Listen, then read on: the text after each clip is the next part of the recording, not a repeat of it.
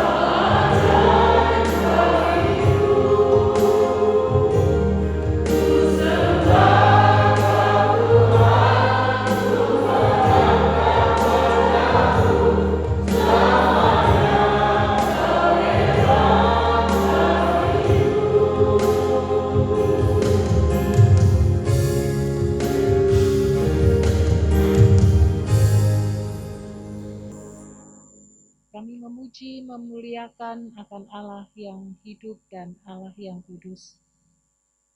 Kami pagi hari ini ingin memuji dan menyembah akan nama-Mu, akan kebesaran Tuhan. Dan kami ingin mempersembahkan ibadah raya di pagi hari ini ke dalam tangan Allah kami, yang kami sembah dalam nama Tuhan kami, Yesus Kristus. Pertolongan kita adalah dalam nama Tuhan Sang Pencipta langit bumi dan segala isinya, yang dalam kasih dan kesetiaannya tidak pernah meninggalkan buah perbuatan tangannya. Kasih karunia dan damai sejahtera dari Allah Bapa, Putra, dan Roh Kudus menyertai saudara sekalian. Amin.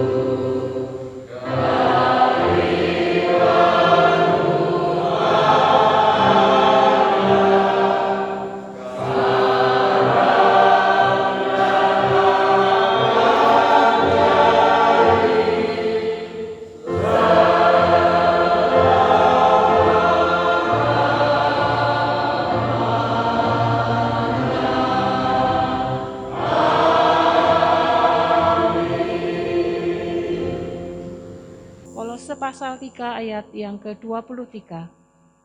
Apapun juga yang kamu perbuat, perbuatlah dengan segenap hatimu, seperti untuk Tuhan dan bukan untuk manusia. Amin.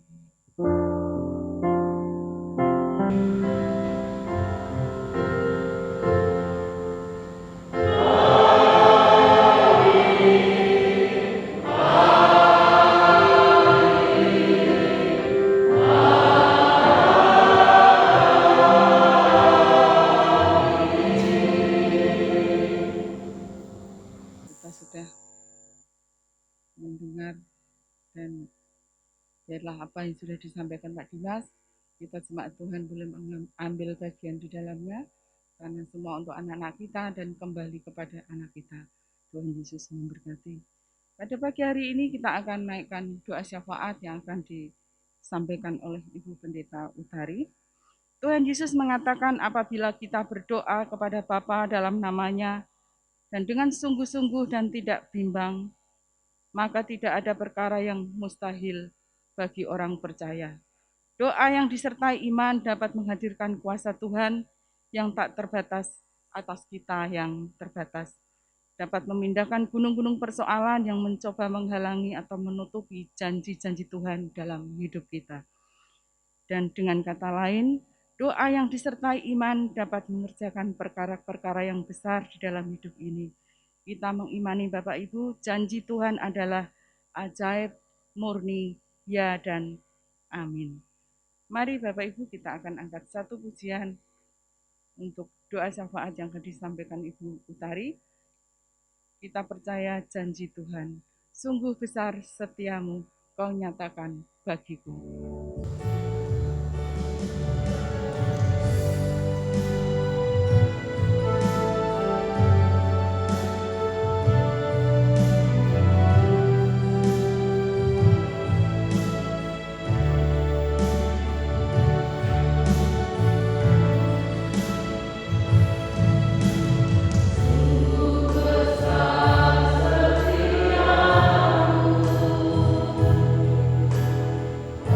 Ternyata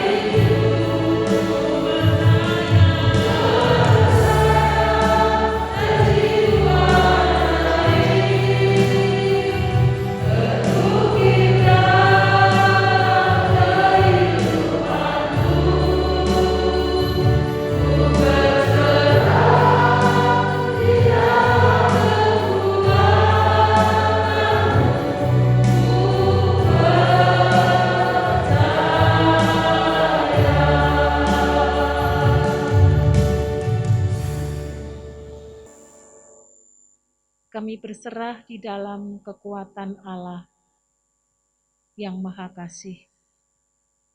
Oleh karena itu kami menyandarkan seluruh hidup kami ke dalam tangan kasih-Mu. Rasa syukur kami ucapkan tiada terhingga di hadapan Tuhan. Karena Allah yang kami sembah adalah Allah yang mengasihi dan peduli terhadap setiap kami pribadi lepas pribadi. Kalau sampai hari ini kami bisa beribadah bersama-sama, itu juga karena kasih dan kemurahan yang Tuhan beri dan nyatakan bagi kami. Agar kami terus boleh menikmati hadirat Tuhan, pemeliharaan Tuhan, di dalam setiap kehidupan yang Tuhan percayakan dan anugerahkan kepada kami. Di tengah-tengah rasa syukur yang kami haturkan kepada Tuhan, kami juga ingin menopang saudara-saudari kami yang saat ini tidak bisa bersama-sama dengan kami karena mengalami kelemahan tubuh.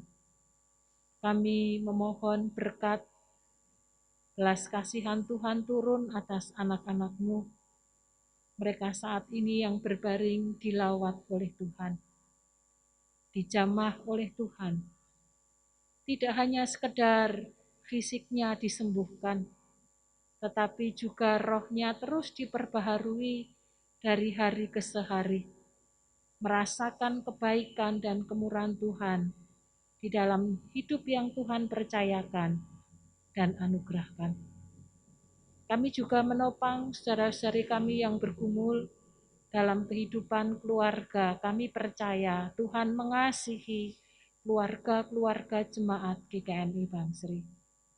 Tuhan memberkati setiap keluarga-keluarga yang ada, sehingga segala yang baik Tuhan limpahkan dan anugerahkan. Demikian juga yang bergumul dengan ekonomi. Kami percaya Tuhan akan memberkati pekerjaan jemaat-Mu di tempat ini, sehingga mereka tidak kekurangan sesuatu yang datangnya daripada Tuhan. Apa yang dikerjakan akan dibuat Tuhan menjadi berhasil. Dan mampukan kami setiap kali kami merasakan pemeliharaan kasih Tuhan di dalam kehidupan kami. Ajari kami untuk mengucap syukur kepada Tuhan, baik lewat lubuk hati kami yang paling dalam, maupun kami dimampukan mempersembahkan apa yang kami punya dan kami miliki kepada Tuhan kami, Yesus Kristus. Kami menyerahkan gereja kami ke dalam tangan Tuhan. Kami mengucap syukur karena lewat GKMI Bangsri kami bersama-sama boleh bertumbuh iman kami. Kami diizinkan ambil bagian pelayanan di tempat ini. Kami mengucap syukur, kami ingin menyerahkan untuk pelayanan kami bersama-sama di tempat ini ke dalam tangan Tuhan. Berkat Tuhan menyertai untuk setiap rancangan program yang kami persiapkan bersama-sama untuk membangun iman kami di dalam Tuhan maupun tali kasih kami kepada sesama kami lewat gereja ini. Kami juga ingin menyerahkan untuk TK dan PAUD Esther. Kami mengucap syukur sampai hari ini Tuhan memberkati dan menyertai. Bahkan lebih daripada itu, Tuhan mempercayakan kepada kami untuk mendidik anak-anak, mempersiapkan satu generasi di mana kami meyakini akan Tuhan pakai secara luar biasa untuk memberi warna baru bagi negeri ini. Kami menyerahkan guru-guru ke dalam tangan kasih-Mu. Tuhan taruh hikmat, hati yang mencintai pelayanan anak-anak, agar mereka sungguh-sungguh boleh mempersiapkan anak-anak diberkati di dalam kehidupan mereka. Kami serahkan segala kebutuhan yang diperlukan untuk TK dan PAUD, secara khusus prioritas untuk membeli laptop. Kami percaya Tuhan akan menyediakannya. lewat setiap kami jemaat-Mu di tempat ini. Seberapapun berkat yang kami terima, mampukan kami, gerakkan kami, untuk kami boleh ambil bagian pelayanan. Kami boleh menabur apa yang Tuhan percayakan kepada kami, sehingga kami percaya apa yang kami kerjakan lewat pelayanan TK dan PAUD akan diberkati oleh Tuhan secara luar biasa. Kami menyerahkan segala kebutuhan pelayanan di TK dan PAUD ke dalam tangan Tuhan. Berkat Tuhan menyertai untuk yayasan yang memikirkan untuk pengembangan bekerja sama dengan kepala sekolah TK dan PAUD. Pagi ini kami juga ingin serahkan untuk penginjilan dalam berbagai macam bentuk. Kami menyerahkan ke dalam tangan Tuhan. Kami percaya Tuhan mengasihi akan negeri kami, bahkan seluruh dunia ini. Oleh karena itu, kami ingin menyerahkan setiap anak-anak Tuhan yang secara khusus ambil bagian di dalam penginjilan. Tuhan taruh hikmat marifat-Mu sehingga boleh mewartakan kasih Kristus dengan begitu jelas kepada saudara-saudari kami. Demikian juga setiap kami umat yang percaya kepada Kristus, mampukan kami juga mewartakan kasih Kristus kepada orang-orang di sekitar kami yang Tuhan percayakan, sehingga anugerah keselamatan juga boleh dinikmati dan dimiliki oleh saudara-saudara kami yang kami kasihi. Kami menyerahkan bangsa dan negara kami ke dalam tangan kasih-Mu. Kami percaya Tuhan punya acara atas bangsa kami. Tuhan mencintai akan tanah air kami. Kami menyerahkan pemerintahan yang Tuhan telah pilih dan tetapkan Bapak Presiden Joko Widodo ke dalam tangan kasih-Mu. Taruh hikmat-Mu di dalam mengembangkan, mempersatukan NKRI untuk kebaikan bersama-sama. Kami menyerahkan untuk perekonomian, kami serahkan untuk keamanan, ketenteraman, kehidupan bersama-sama, demikian juga dalam menangani pandemi COVID. Kami sungguh mengucap syukur, kami percaya ini karena pertolongan daripada Tuhan, sehingga negara kami diberkati oleh Tuhan. Kami menyerahkan hidup kami pribadi lepas pribadi ke dalam tangan Tuhan, setiap jemaat-Mu yang hadir di pagi hari ini. Dengan segala pergumulan yang Tuhan izinkan terjadi, pagi ini kami percaya Tuhan melawat kami. Tuhan akan memberi kelegaan, memberi jalan keluar bagi kami, bahkan hikmat untuk mengatasi segala sesuatunya karena kasih dan kemurahan Tuhan. Kami menyerahkan ibadah raya kami di pagi hari ini ke dalam tangan kasih-Mu. Kami serahkan setiap kami, agar kami sungguh dilayakkan, boleh memuji, menyembah, mengagungkan, dan berdengar-dengaran dengan sabda-Mu. Dalam nama Tuhan kami Yesus Kristus, Allah yang hidup, kami menyerahkan doa-doa kami pagi hari ini. Amin. Bapak, Ibu, Saudara yang dikasihi Tuhan, pada pagi hari ini kita membuka hati dan memberi tempat untuk menerima makanan rohani, kebenaran firman Tuhan. Mari kita siapkan hati untuk siap mendengarkan setiap benih yang ditaburkan di dalam taman hati kita. Biarlah hati kita akan selalu haus akan firman Tuhan. Gusti kawula siap amirengaken sabda Tuhan ingkang suci. Untuk mempersiapkan Sabdo Tuhan Gusti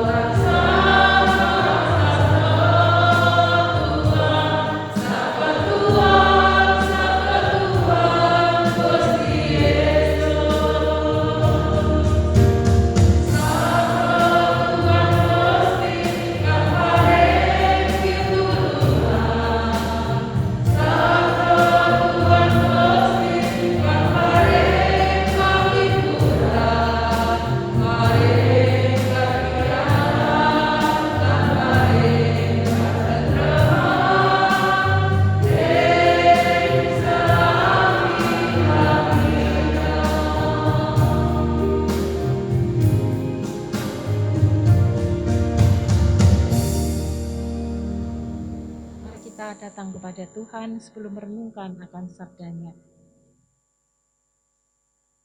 Kami percaya ketika kami menghidupi akan sabdamu, maka akan mendatangkan damai sejahtera bagi kami.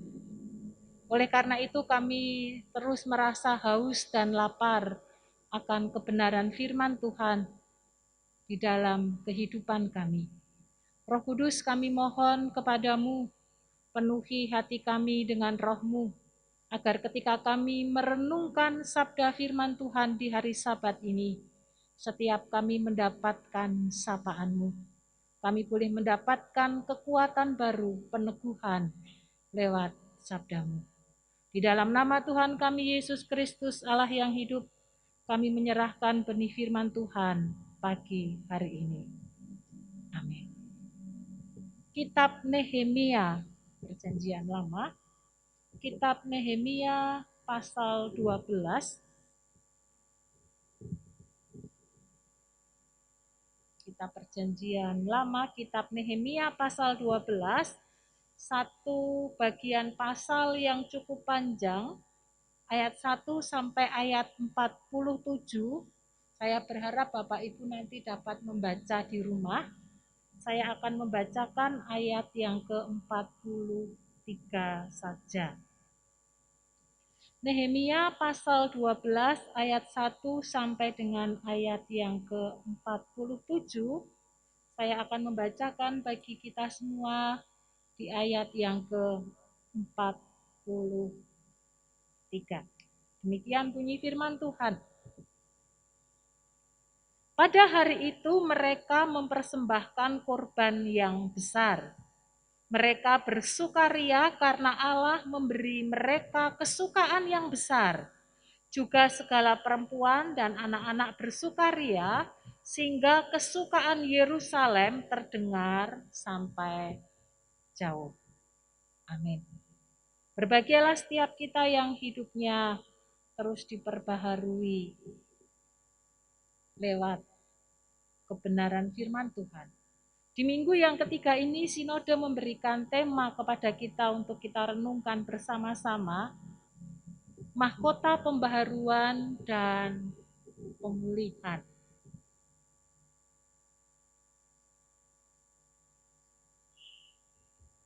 Bapak Ibu, untuk melakukan sesuatu tindakan atau aksi, maka biasanya didasari terlebih dulu rasa kasih, rasa empati, rasa peduli.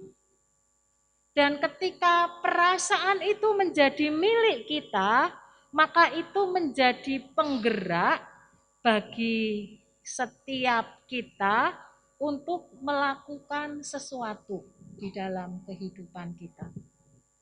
Kalau kita mengasihi Tuhan, kita mencintai pelayanan lewat gereja ini, maka ketika rasa kasih, rasa memiliki itu ada pada kita, maka secara otomatis kita akan digerakkan, didorong untuk ambil bagian pelayanan lewat apa yang kita punya dan kita miliki di tempat ini. Tetapi kalau kita tidak merasa memiliki, maka sedikit pun hati kita, perhatian kita, apalagi harta kita tidak akan kita gunakan, kita mengerjakan apalagi pekerjaan-pekerjaan yang Tuhan percayakan. Kalau kita bertumbuh, kita merasakan kasih Tuhan, kebaikan Tuhan lewat GKMI Bangsri, maka tidak mungkin kita akan berpelayanan di GPDI atau di Pantai Kosta atau di GITJ Margokerto misalnya. Paling kalaupun kita terlibat karena mungkin bagian dari komunitas atau kita membantu hanya bentuk insidental. Tetapi hati pikiran kita pasti hanya terfokus di mana kita beribadah, kita mengasihi, kita berhimpun, kita bertumbuh iman di dalamnya. Itu juga yang terjadi atas Nehemia.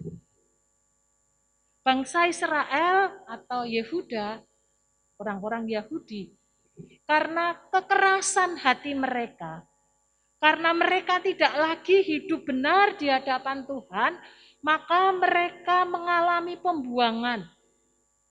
Kalau Bapak Ibu baca mulai pasal 1 di kitab Nehemia, maka kita akan melihat bahwa orang-orang Yahudi itu dibuang oleh Tuhan agar diberi satu bentuk pengajaran bahwa mereka agar sungguh-sungguh serius di dalam pengiringan mereka kepada Tuhan. Dan ketika mereka dibuang di Persia, salah satunya Nehemia juga ikut dibawa ke sana. Lalu kemudian ketika di dalam tanah pembuangan itu, Nehemia mendapatkan satu pekerjaan atau jabatan sebagai orang yang memberikan juru minum kepada raja. Jadi paling tidak orang terdekat. Posisi yang baik bagi Nehemia meskipun dia adalah orang buangan. Dia bukan orang asli Persia. Dia orang Israel. Tetapi ketika satu waktu dia mendengar berita bahwa di Yerusalem, di mana kota tempat ia tinggal, tempat ia pernah hidup di dalamnya, orang-orang yang tertinggal di sana mengalami kesulitan. Lalu Yerusalem yang identik dengan tempat ibadah Bait Allah masih tetap porak-poranda, temboknya tetap runtuh, lalu pintu-pintunya terbakar. Maka hati Nehemia menjadi sedih. Meskipun dia ada di tempat yang lain, tetapi karena hatinya ada di Yerusalem, sehingga kemudian di pasal yang pertama ia berseru-seru kepada Tuhan. Ia berdoa, ia memohon kepada Tuhan. Dan kemudian Tuhan membuka jalan. Lewat kesedihan yang nampak di dalam raut muka Nehemia, kemudian Raja Artasasta yang berkuasa saat itu bertanya, lalu Nehemia menceritakan isi hatinya, dan Tuhan membuka jalan, lalu Nehemia diutus. Dia dijadikan gubernur di Yerusalem, mereka diizinkan pulang untuk membangun Yerusalem, tembok yang sudah runtuh itu. Tidak hanya diizinkan untuk pulang membangun Yerusalem, tetapi juga segala hal yang dipikirkan oleh Nehemia sebagai seorang yang punya strategi. Bagaimana ketika ia nanti pulang ke Yerusalem, banyak bangsa-bangsa di sekitar mereka yang juga tidak suka. Mereka juga membutuhkan banyak hal, lalu ia sampaikan apa yang menjadi kebutuhan, keperluan, mungkin juga ketakutan dan seterusnya kepada Raja Artasasta, sehingga dibuat surat perintah, dibuat kemudahan-kemudahan agar Nehemia bisa kembali ke Yerusalem. Dan ketika ia kembali ke Yerusalem, mulai melakukan satu pembangunan. Tembok yang sudah runtuh, pintu-pintu yang sudah rusak, dia harus melakukan pembangunan ulang, pembaruan di dalamnya.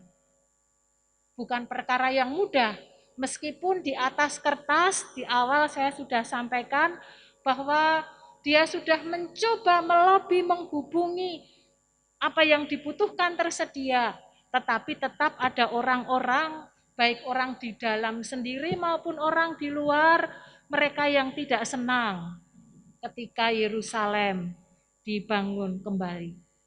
Sehingga meskipun mengalami kesulitan, mengalami permasalahan, kalau kita baca lengkap di kitab Nehemia, meskipun Nehemia bersama orang-orang yang lain harus berjuang, satu segi mengandalkan lututnya kepada Tuhan bahwa Tuhan pasti akan menolong, Tuhan yang menyediakan, tetapi ada satu bagian bagi mereka, mereka bekerja giat, mereka bekerja keras di tengah-tengah ancaman orang-orang baik di dalam maupun di luar yang tidak suka. Dan kemudian selama 52 hari tembok itu bisa terbangun dengan kesulitan-kesulitan yang dihadapi oleh Nehemia pada saat itu. Pembaharuan lewat pembangunan tembok Yerusalem. Pembangunan fisik. Tetapi sebenarnya di dalamnya memiliki satu nilai pengaruh yang besar, yaitu karena Yerusalem adalah identik dengan bait suci. Yerusalem identik dengan Allah yang hadir di sana, Allah yang memimpin bangsa Israel, Allah yang punya kuasa, Allah yang punya otoritas yang luar biasa bagi bangsa Israel. Sehingga kemudian di pasal 12 ini kita melihat, kalau kita baca mungkin agak jenuh, karena di situ dituliskan daftar para imam dan orang-orang Lewi yang ikut pulang ke Yerusalem. Dan ketika mereka kemudian sudah selesai pembangunan tembok Yerusalem yang ada, maka mereka kembali mulai menata ibadah. Betapa pentingnya peranan imam dan juga peranan orang-orang Lewi. Mereka mempersiapkan ibadah sedemikian rupa. Mereka melakukan tugas tanggung jawab mereka sedemikian rupa untuk mengadakan ibadah pentabisan di Yerusalem, tentu juga berkaitan dengan bait Allah yang mereka bangun kembali. Ada satu sukacita besar, karena meskipun itu hanya sesuatu yang fisik, simbol bagi orang-orang Israel, mereka yang tinggal di Yerusalem, mereka begitu mengucap syukur kepada Tuhan karena mereka mengakui benar di pasal yang ke-6 ayat yang ke-16 dituliskan bahwa ketika semua musuh kami mendengar hal itu, takutlah semua bangsa sekeliling kami. Mereka sangat kehilangan muka dan menjadi sadar bahwa pekerjaan itu dilaksanakan dengan bantuan Allah kami. Satu pengakuan bagi orang-orang di Yerusalem, termasuk Nehemia yang memimpin saat itu. Kalau mereka bisa menyelesaikan pembangunan tembok Yerusalem yang runtuh, mereka kembali membangun bait Allah yang sudah porak-poranda. Itu semata-mata karena bantuan, karena pertolongan yang sumbernya atau berasal daripada Allah sendiri. Sehingga di ayat yang ke-43 mereka bersukacita, mereka memuji, mereka memuliakan akan Allah yang mereka sembah. Ibadah ditata sedemikian rupa, ibadah dipersiapkan sedemikian rupa. Kalau kita melihat bagaimana tidak hanya sekedar sebagai satu upacara, tetapi ini adalah satu pembaharuan kehidupan bagi bangsa Israel secara khusus di Yerusalem saat itu.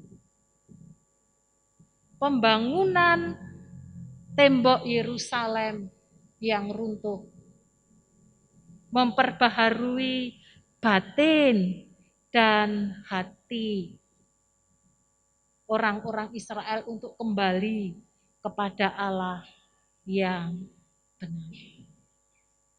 Sukacita yang meluap-luap yang mereka sampaikan, mereka persiapkan sedemikian rupa. Bahkan kalau kita melihat, maka mereka mentahirkan diri mereka, mereka menyucikan. Para imam, orang Lewi, mereka menyucikan diri mereka, lalu mereka menyucikan umat. Sesudah itu mereka menyucikan segala sesuatu perkakas dan peralatan. Baru mereka melakukan ibadah dan memberikan kurban kepada Tuhan. Bapak, Ibu, dan Saudara yang dikasihi Tuhan. Pembaharuan di dalam kehidupan setiap kita juga perlu kita lakukan. Bagaimana kehidupan kita di dalam kita mempersiapkan hati, mempersiapkan diri ketika kita datang, ketika kita beribadah kepada Tuhan. Apakah kita hanya sebagai satu rutinitas karena hari Minggu meskipun jam 6 pagi sebagai satu bentuk kewajiban kita datang untuk beribadah kepada Tuhan? Atau ini sebagai satu kerinduan kita mempersiapkan benar diri kita. Baik para pelayan, baik sidang jemaat, semua yang bertugas mempersiapkan segala sesuatu yang digunakan untuk ibadah kita. Karena kita akan mengalami satu perjumpaan secara pribadi bersama dengan Tuhan. Ketika kita sungguh-sungguh mempersiapkan baik secara fisik, secara mental kita kepada Tuhan, maka Tuhan sendiri yang akan melawat, menolong setiap kita. Mari kalau kita tahu bahwa hari Sabat, hari Minggu, hari kita khususkan kepada Tuhan, mari kita benar-benar mempersiapkan segala sesuatu, sehingga ketika kita membawa itu kepada Tuhan, menjadi sesuatu yang berkenan kepada Tuhan. Meskipun saya menyampaikan firman Tuhan, saya tidak bisa menghitung berapa banyak saya sampaikan setiap hari Minggu. Bahkan mungkin kadang dengan pasal atau bagian yang sama. Tetapi ketika saya mempersiapkan firman Tuhan, kalau kemudian malam saya merasa bahwa hati saya belum sreg, maka saya tidur lalu saya bangun pagi. Jam 2, jam 1 saya bangun, saya persiapan kembali. Saya jam 3 tidur sebentar, jam 4 saya bangun, pasang alarm agar tidak kebablasan tidur, lalu mempersiapkan diri untuk beribadah. Karena menyampaikan firman Tuhan bukan hanya sekedar, oh saya pernah menyiapkan ini, saya tahu tentang hal ini dan hal itu. Tetapi adalah sesuatu hati perjumpaan kita dengan Tuhan. Dan ketika kita mempersiapkan dengan sungguh-sungguh, meskipun dengan segala keterbatasan kita, maka kita akan merasakan kebaikan, kemurahan, lawatan Tuhan di dalam kehidupan kita. Dan kalau setiap kita para pelayan, setiap kita jemaat mempersiapkan sedemikian rupa seperti bangsa Israel yang kembali sebagian, kembali membangun Yerusalem yang sudah runtuh. Mereka kemudian mengalami satu perubahan di dalam kehidupan mereka. Yang kedua, pembangunan secara fisik mempengaruhi perubahan kehidupan kerohanian mereka. Mereka sungguh-sungguh antusias. Mereka sungguh-sungguh menganggap bahwa ibadah adalah satu perjumpaan yang indah, sesuatu yang penting, bertemu dengan Allah. Dan mereka mulai menggali kebenaran firman Tuhan.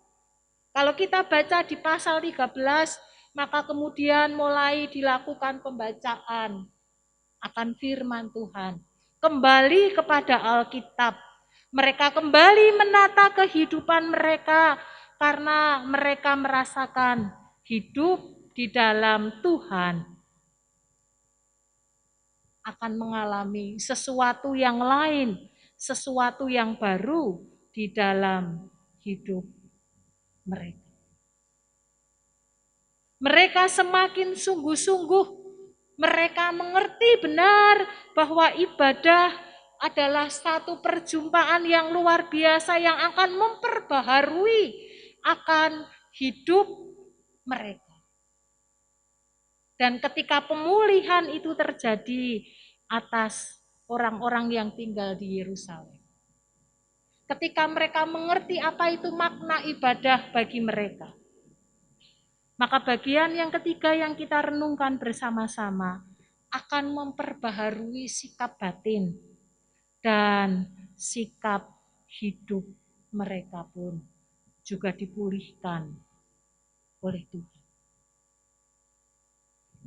Ibadah bukan hanya sekedar ketika mereka berada di gereja, tetapi ibadah merupakan satu perjumpaan secara pribadi kepada Tuhan, sehingga kemudian pola hidup, pola pikir mereka pun menjadi berubah di dalam kehidupan mereka.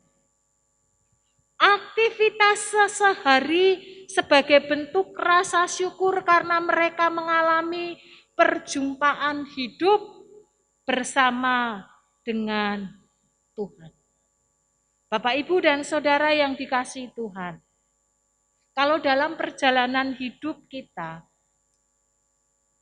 dengan status, dengan segala sesuatu yang melekat di dalam diri kita, apakah di toko, apakah di kantor, apakah di rumah, atau di masyarakat, kalau kita diubah hati kita, maka kita akan berkata bahwa hidup ini adalah ibadah. Hidup yang dipersembahkan kepada Tuhan. Hidup yang untuk kemuliaan bagi nama Tuhan. Sehingga kemudian Kolose menuliskan di ayat yang ke-23, apapun juga yang kamu perbuat, apakah kita sedang santai, apakah kita sedang serius dalam pekerjaan, apakah kita sedang melakukan aktivitas di luar rumah, maka perbuatlah dengan segenap hatimu. Ketika melakukan dengan segenap hati kita, apakah dalam pekerjaan, lalu Alkitab menuliskan seperti untuk Tuhan dan bukan untuk manusia. Kalau kita melakukan segala sesuatu bahwa saya ini ingin persembahkan kepada Tuhan, meskipun realita, meskipun yang dilihat, yang kita kerjakan bahwa ketika kita bekerja di toko, interaksi kita dengan manusia. Ketika kita di rumah, interaksi hubungan kita dengan suami, istri, orang tua, anak. Ketika di masyarakat kita bertemu dengan orang banyak. Tetapi kalau kita katakan sebagai bentuk satu ibadah kita kepada Tuhan, maka cara kita bertutur kata, cara kita bersikap, cara kita berpikir itu bukan hanya sekedar keluar, bukan hanya sekedar kita lakukan. Tetapi apakah yang kita kerjakan, yang kita ucapkan, yang kita lakukan itu sebagai bentuk ibadah kita kepada Tuhan, menyenangkan dan menyukakan akan hati Tuhan, dan itu memuliakan akan nama Tuhan. Bagaimana dengan kehidupan setiap kita pribadi lepas pribadi? Apa yang kita lakukan selama ini? Apakah ketika kita beribadah di hari Minggu beda dengan ketika hari-hari kita bekerja, ketika kita hari-hari ada di rumah? Kesucian, kekudusan hanya berlaku ketika hari Sabat, hari Minggu kita beribadah, tetapi Senin sampai Sabtu kita sama seperti dunia ini. Tuhan menginginkan pembaharuan itu terjadi atas kehidupan setiap kita. Baik itu di hari Sabat maupun di hari-hari biasa, mari kita belajar bersama-sama. Karena hidup ini adalah ibadah. Biarlah pembaharuan pemikiran kita, pembaharuan hati kita akan mempengaruhi seluruh sikap hidup kita yang kita jalani. Dimulai dengan pembaharuan secara fisik yang bisa kita lakukan, mempengaruhi iman, keyakinan kita, lalu mempengaruhi sikap hidup kita sehari-hari. Mari kita mengaplikasikannya, mewujud nyatakannya di dalam kehidupan setiap kita. Agar kita sungguh merasakan hadirat Tuhan. Pemulihan akan terjadi atas kehidupan kita. Hadirat Tuhan melawat dan memberkati kehidupan setiap kita. Amin.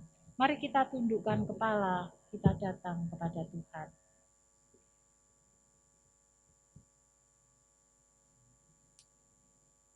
Terima kasih untuk sabda kebenaran firman-Mu. Kami memohon kepada Tuhan agar setiap kami dimampukan untuk serius di dalam menapaki hari-hari yang Tuhan masih anugerahkan kepada kami. Bahwa hidup yang kami jalani adalah hidup sebagai bentuk ibadah kami kepada Tuhan. Kami ingin mengerjakan dan menggarap dengan serius, dengan sungguh-sungguh, karena kami tahu ketika kami bawa sebagai satu bentuk ibadah kepada Tuhan.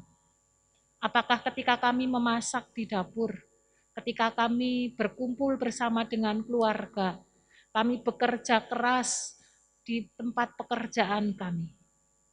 Mampukan kami terus membawa dan melekatkan Tuhan di dalam kehidupan kami.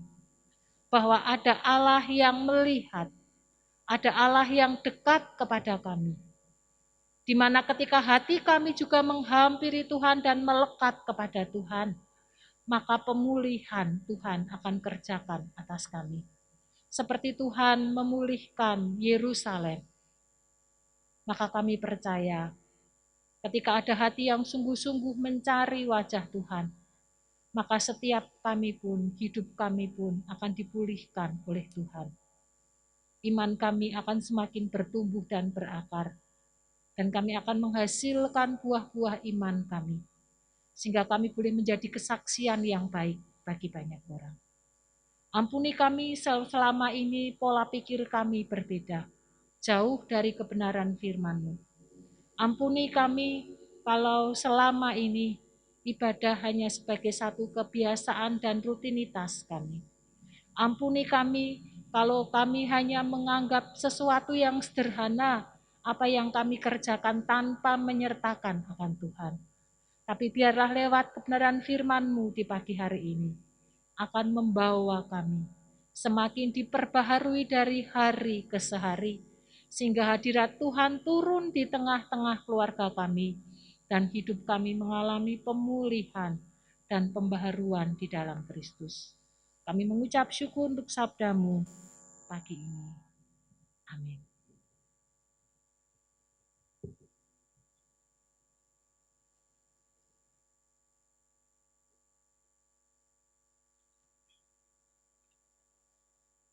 Bapak Ibu yang dikasihi Tuhan Yesus, firman Tuhan yang sudah tertabur pada pagi hari ini telah menjadi dasaran kita untuk menapaki hari-hari ke depan. Biarlah Tuhan senantiasa menolong kita dan memberkati kita. Bapak Ibu yang terkasih, pada pagi hari ini kita diberi kesempatan juga untuk memberikan persembahan kita kepada Tuhan dalam kotak yang sudah tersedia. Satu ayat firman Tuhan yang mendasari persembahan kita pada pagi hari ini dalam Mazmur 54 ayat 8. Dengan rela hati aku akan mempersembahkan korban kepadamu, bersyukur sebab namamu baik ya Tuhan. Dan sebelum kita menerima berkat rasuli, kita akan tutup satu pujian. Gusti Kawula siap amaryangaken. Jaminan mulia PPR 1 nomor 97. Sebelum itu kita berdoa bersama-sama untuk doa persembahan. Segala puji syukur kami naikkan ke hadirat-Mu Tuhan. Pada pagi hari ini kami boleh merasakan lawatan Tuhan di dalam kehidupan kami. Terima kasih Tuhan untuk kebenaran firman-Mu, rangkaian ibadah kami pada pagi hari ini. Biarlah Tuhan ini boleh menjadi berkat bagi kehidupan kami. Dan pada pagi hari ini Tuhan, kami mau memberikan persembahan kami kepada Tuhan.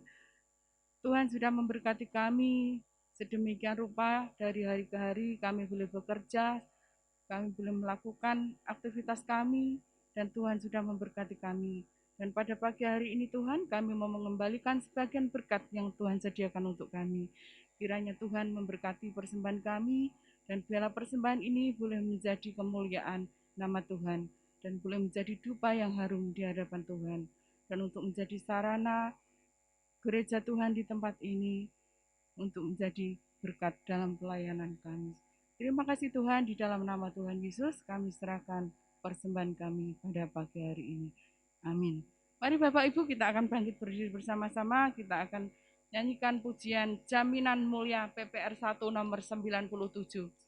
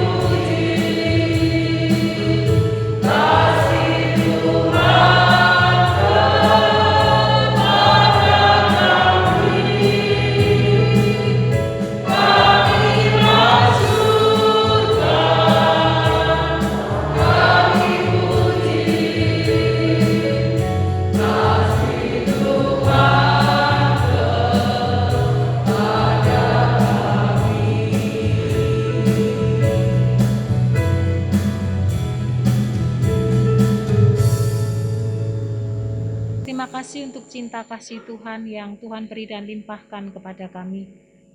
Demikian juga bagi kedua saudara kami yang berulang tahun di minggu ini. Kami menyerahkan untuk Bapak Budi Purwanto dan Bapak Sri Suhardono ke dalam tangan kasih-Mu. Kami percaya Tuhan punya rancangan-rancangan yang baik atas kedua hamba-Mu ini, dalam pelayanan yang Tuhan percayakan, dalam keluarga yang Tuhan anugerahkan. Demikian juga pekerjaan yang Tuhan beri. Kami percaya Tuhan lewat kedua hamba-Mu ini akan mengalami sukacita dan damai Tuhan yang melimpah-limpah di dalam kehidupan yang Tuhan percayakan dan anugerahkan bersama dengan keluarga yang dikasihi. Kami menyerahkan Tuhan yang akan memberi pengalaman-pengalaman iman di dalam pengiringan bersama dengan Tuhan, sehingga hatinya akan semakin melekat kepada Engkau. Kami juga mengucap syukur di ibadah raya yang boleh kami lakukan bersama-sama, betapa setiap kami kembali diingatkan tentang kehidupan kami, agar kami sungguh terus mengalami pembaharuan batin kami, sikap hidup dan tindakan kami, karena ada Allah yang Maha Kuasa, yang hadir, yang kami sembah dalam nama Yesus Kristus, yang akan menolong dan menyanggupkan setiap kami, bahkan melakukan pemulihan demi pemulihan di dalam hidup kami. Jemaat yang dikasihi Tuhan, arahkan hatimu kepada Tuhan, dan terimalah berkat yang asalnya daripada Tuhan sendiri. Kasih karunia Tuhan kita Yesus Kristus, kasih Allah Bapa dan persekutuan di dalam Roh Kudus akan menyertai perjalanan hidupmu sekarang sampai kedatangan Tuhan yang kedua kali. Amin.